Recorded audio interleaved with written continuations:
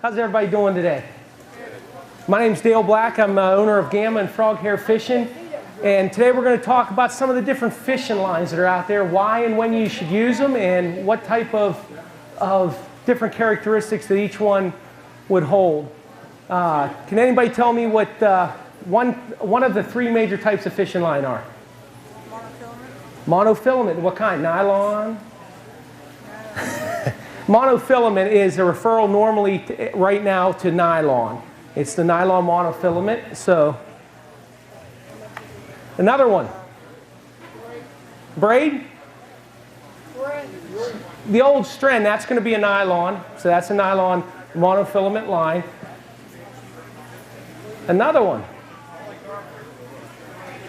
There's fluorocarbon, that's the one. Third one. The third main category of line. It's opaque, it's got strands to it, some of it's fused. Spider wire, a braid. Oh, I can't throw. Now we're talking about the three main groups of line. Fluorocarbon, nylon, braid. Each one of those categories has different types of line they're involved with. Nylon monofilament, like you said earlier, that gamma I gave you is a copolymer. Well, over the years, when line was first created, you had primarily just one base material. Nowadays, they're using a copolymer, which is just a nylon, different base materials to achieve certain results in the fishing line itself. Can you give me one characteristic of nylon line?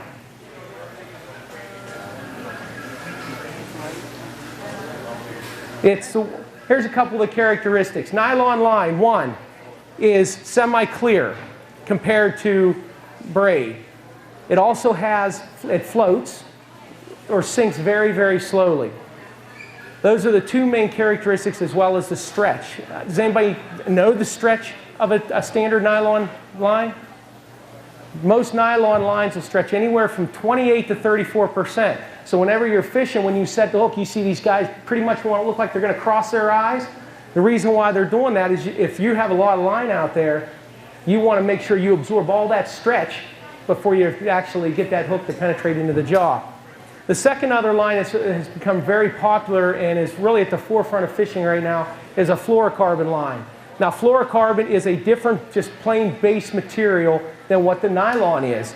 It actually is a polyvinyl fluorine material. It's a lot denser than a standard nylon line. It also has a refractive index of light that's closer to water. So people say, well, it's invisible in the water. And that's basically because it almost has the same refractive index of water at 0.33. It also, when fluorocarbons first came out, they had problems with them. They're a little bit, they have a lot of memory to it. They don't like to form around the spool real well. They have to spring off the spool. The third and fourth generation fluorocarbons that we're into now have a lot better characteristics for just fitting on the reel itself. But the stretch rate, when fluorocarbons first came out too, everyone said fluorocarbon does not stretch. That's false. Poor fluorocarbons don't stretch, they break.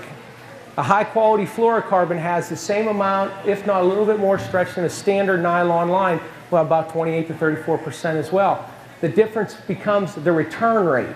When you stretch it, it doesn't return like the rubber band effect does, what you see with one of monofilament. So you stretch it, and the return rate is a lot different. So when you set the hook, you get that initial stretch, but then you don't have that return. So you really feel like you're getting a more solid hook set. The third line, and it's probably the most popular line out, what you're seeing on the bass tours, walleye tours, saltwater fishing, is a braid. Braid's been around for a while. The first one was originally, I think first came out, was a spider wire style braid. Today there's Tough Line, there's Gamma Torque, there's Power Pro, and they've actually come a long ways with braid. They've got lead core braid, they've got marking braids where you can set depths based on the color of the braid itself. Braid is opaque. You can see it. In clear water, like if we would put it in the tank here, it would look like rope. So it definitely can be a hindrance at times when you're trying to fish a very supple bait or a really finesse presentation. Also, the stretch rate, 3%, almost nothing. 3% stretch, you're not going to feel that when you set the hook. So when you set the hook and you want to cross their eyes, you're going to cross their eyes. You're really going to get some good penetration. The drawback is that if you're fishing for real big fish, you can sometimes get a light hook stuck in their jaw or in the skin, and you're fighting them and you're horsing them because you're using an 8-pound diameter line that's a 40-pound test. So you can really just hold them up, and you can actually pull the hooks free because you've got a skin hook, and it's just the fish is pulling this way, you're pulling back, and the hook will spring free. So I like using braid in certain conditions. Fishing line, to me, has become a tool. I used to be, a little over 3 years ago, I used to be one that would think a fishing line is, okay, I just go out and buy what I need. Got involved, actually it's been more than 3 years, but got involved with Gamma back in 05 and 06. Before that, I used nothing but braid because I got sick of breaking fish off. I started using Gamma, fell in love with it, bought the company. But what it taught me over the last 3 years that I've owned a company is that fishing line is a tool. Like everything else in your tackle box, it's a tool. It allows you to do certain things. When matched up with rods, reels, baits, it allows you to actually achieve more out of your fishing. When do you think you'd want to use a braided line? Murky water. Murky water. When I'm fishing the Allegheny River, a lot of times if the river comes up and it's muddy, I'll run straight braid to a spinnerbait. Why? Because I can go ahead and I can really feel that bait bouncing, especially slow rolling a spinnerbait for the smallmouth or walleye. Muskie like it too. Another place I like to use braids, and probably where I use it most, is top water. Braid does not sink, it floats. So I use it for all my top water applications because if I'm using, say, a hollow-bodied frog or a top water, like a Strike King rage-tail shad, I want to make sure that I set the hook and I get immediate response to that. It doesn't stretch. So it's a great time to use a braid. I get real good hook penetrance in the mouth. And because it floats, I don't have to worry about it pulling the top end of the bait underwater. Place where I want to use nylon line. You have a spot where you'd like to use a basic monofilament? Rivers where it's always flowing fast. You could use in rivers. Fine. What we're looking at is some of the characteristics that will allow you. Nylon is probably still the most versatile line out there. If I had one rod and I had to put just one thing on it, it's going to be nylon. Why? Because it allows me to fish top water, allows me to fish subsurface and on the bottom. It's not the best line for each one of those applications, but it allows me to run the whole gamut of lines. For example, braid is going to float. So if I want to have it on the bottom, I'm really going to have to get it weighted down. I like using a lot of nylon when I'm using crankbaits, especially if I'm staying between 1 and 5 foot, because when a fish hits, he's going to hit it, he's going to bolt, and I'm going to get that little bit of forgiveness from the stretch of that nylon, be able to bring them in. Top water as well. If I'm using something like a jitterbug, something with really exposed hooks that I don't have to worry about really setting the hook on, I want to have that little bit of forgiveness in the line. Now, fluorocarbon, really a different animal. Anybody know when you'd really want to use a fluorocarbon? Clear water and depth. Clear water and depth. If I was fishing in water that looked like this tank, I would in fishing anything subsurface, it's going to be fluorocarbon. Why? Because fluorocarbon sinks, so it gives me a really nice angle to my bait. It also is virtually invisible in the water, so now I can present that bait. Now, we've talked about the different applications. Now you want to start talking about size. What does this, if I had, say, a 12-pound test line, how is that really going to differ from, say, a 6-pound, other than the diameter? What's that going to do to the bait?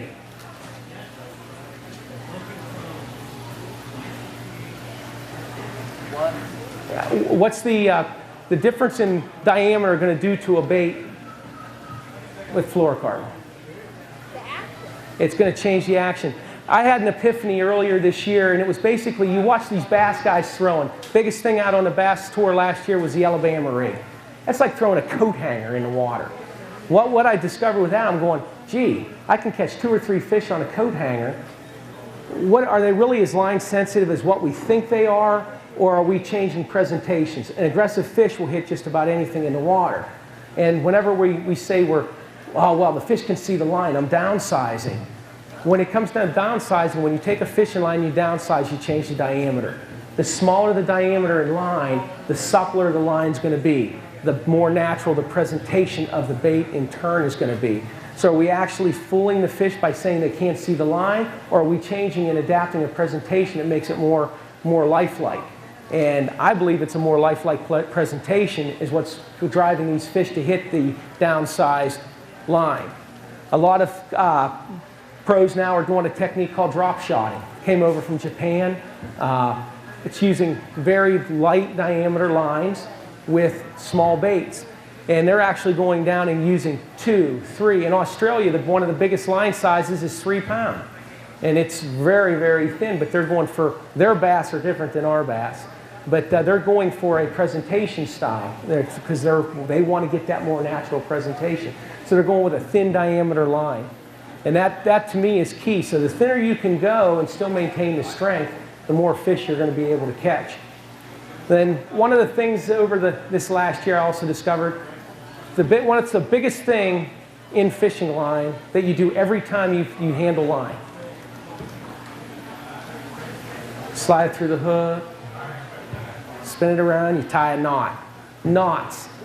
Knots, it really is the biggest thing, and the biggest reason why people will quit using a line is based on line performance, which normally comes down to the knot. Now, whenever you tie a knot, you know, you read the magazines, whether it be Bass Pro or Saltwater Fisherman, there's not a lot of emphasis put on knots because people become comfortable with the knot they're using. I prefer the San Diego Jam knot and the improved cinch knot. It's what I've been using for years. The San Diego Jam knot won the 2011 Knot Wars. So it's a very strong knot. It's just a different version of the improved cinch. But you always want to make sure that you lubricate your knot. Tie your knot and cinch it down really slow because you can actually burn fishing line on itself. Just by pulling it real tight real soon and having to travel a long ways down the line to your hook, you can burn the line. And then all you have to do is go like this and it'll actually snap it. And so what you want to do is put your knot on, slide it down, make sure you wet it, whether that be dipping it in the water or in your mouth. And slide it and just pull it tight. I also leave a little longer tag end because a lot of times with fluorocarbon, you'll have people say, hey, my knot's slipping fluorocarbon. Well, that's because they're not tight enough. And when you have a knot, and there's your tag end sticking out, and that knot's tightening because of a fish or because of a snag, that tag end's sliding in. And that's until it tightens down. So a lot of times if you cut that tag end too small, it will slide through and then release the knot. So that's where you're going to have some knot failure. So the two primary causes of knot failure is the burning of the line and a bad trim or tag end. Also what can happen with knots is that you tie the knot incorrectly. I hate the Palomar knot. It's a very popular knot, but I hate it. Because if it's mistied, the line will lay over top of itself just a little bit if it's angled wrong. And when you tighten it down, it'll actually cut itself. I watched a guy take 80-pound test line, wrap it in his hand, go like this, and snap it like it was 2 pounds. Because there's a trick to it, and I haven't learned it. I saw it done for the first time. But he wrapped it around, and what he did is he drew it on itself, and when he drew it on, it just cut itself right in half. And that's what will happen when you mistie a knot on the line itself. So for me, the biggest thing in fishing has become fishing line. Most people think fishing line's boring, and I used to think it too. Well, fishing line, oh man, boring, but I love it now. You know, being involved with it, I've learned quite a bit. It is the most important part because I don't care if you spend the most on your fishing rod, reels. Now lures are expensive. If you don't have the right connection between your lure and the rod, you're not gonna get the most out of your equipment. And that's where we come in as Gamma with the Gamma line for a very high performance line. I'm not going to sell it to you. If you want to know more about that, I'm over there after this. But line has changed my approach. Finesse fishing is key to me. Presentation has become the most important part of what I'm looking at because if you can't get a fish to bite, who cares how strong the line is? And I've seen line that's really, really stiff. I've talked to guys, I won't use anything under 12 pounds. Okay, you're not going to catch as much as if you switch to an 8-pound or a 6-pound. And I've watched guys, we had a guy send us a photo in 49-inch muskie, 6-pound test. And as long as they don't put a tooth in it, you can land it by using your equipment correctly. And all you do is make sure that you don't over-test your rod. How many here have caught a fish and just laid back and that rod has been all the way over? Okay? Now what happens at this point is you put all that stress from that fish onto your line. So there, now you've increased the chance of having actual line failure at that point. I like carp fishing. Carp fishing, you start getting into some of these big pigs, carp, you know, a 36-inch carp's going to push 25 to 30 pounds. And you get them close to shore and you have that line and that rod taxed, and all of a sudden that fish bolts. That puts a lot of impact strength on the line. You can easily snap the line just based on just trying to do too much with your equipment itself. Does anybody have any questions on fishing line? Any techniques that you guys want to know what to use? I'll give you a couple here. Smallmouth fishing in the Shenandoah River Valley every year. And I use 8-pound mono and I hardly ever break off. But I do a lot of jigging just under the surface, getting it, you know, in that deep of water. And I've caught 18 inches, only one, but I did. But every time I've done that, I usually get snagged and I have snapped off fish. I've had one deep that mono and I can get them up. When you're fishing a river system, which is probably my most fishing I do is in the Allegheny River right here in Oil City. We spend a lot of time fishing shallow water. I use a lot of 6 and 8 pound test mono, and I use a lot of mono in the springtime when I want to get the stretch and the rebound, especially when I'm using a tube. If I'm on the river, a lot of times I'll get a snag. Smallmouth are very curious creatures. And when you get a snag and that thing's making a lot of movement in the water on a snag, those smallmouth will come over. Well, a lot of times what I'll do is I'll actually take a rod and I'll pull my line, hold the line, open the bail, hold the line, and snap it. Well, what will happen is you've stretched that line out. Now it shoots out. It'll shoot that tube or a dinger or something right off the back of that rock, and the fish will actually hit it out of a reaction strike based on it just all of a sudden shooting by their face. We've caught numerous fish with that. So when you get a snag, a lot of times you just pull that line tight. Don't bend your rod, because a lot of times you go like this and you can lift it this way and you'll get the bow. That's hard on a fishing rod to all of a sudden release that bow in the line and have it snap up. So a lot of times you want to aim right at your bait, pull it tight, and then snap that line. That's going to let the line do all the work, not have to tax the rod so much. When it comes to fishing the river, I like fluorocarbon with certain baits. When I'm fishing real slow presentations and I'm on the bottom, a lot of times with a yum dinger, which is like a Senko, I'll fish it on 6 pound or 8 pound, and I'll just drag it on the bottom.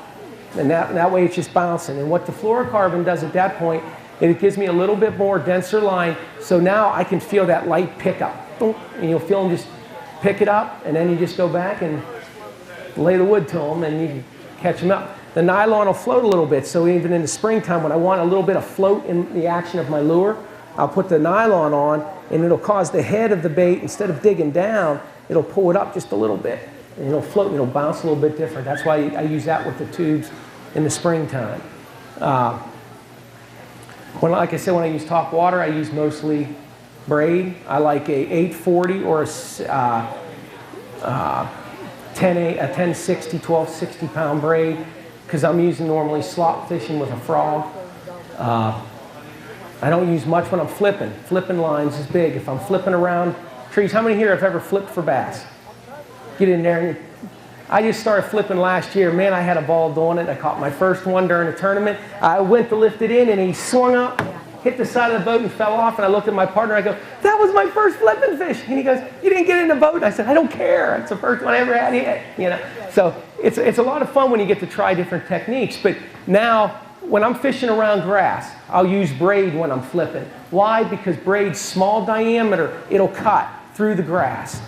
Now, if I'm fishing around wood, what I'll do is I'll actually tie a leader on, normally a 6 to 8 foot, when I'm fluorocarbon leader, normally when I'm flipping, because when it's laying on the wood, I want a higher or thicker diameter line.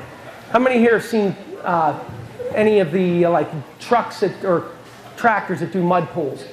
What are the back tires like? Wide. Okay, so now you're out, say you're flipping. The reason why I want to flip with a fluorocarbon line when I'm around wood is basically because if I'm using braid, braid is a real thin diameter, so I'm talking narrow.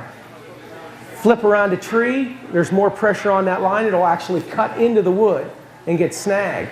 Where a heavier line, or a larger diameter line, there's less pressure on that line per square inch, so it'll lay on top and you can pull it over wood a whole lot better. So if you want something to cut through the weeds, you want to use a braid, but if you want it to sort of ride over the top, you want to use a nylon or a fluorocarbon. Does anybody have any other questions? Well, I appreciate you guys coming on out, and I hope you enjoy the rest of the show. If you have any questions, swing by the Gamma booth or the Frog Hair booth, and I'll be able to answer any of your questions. And we can talk some more about fish and line techniques and anything else out there. Thank you.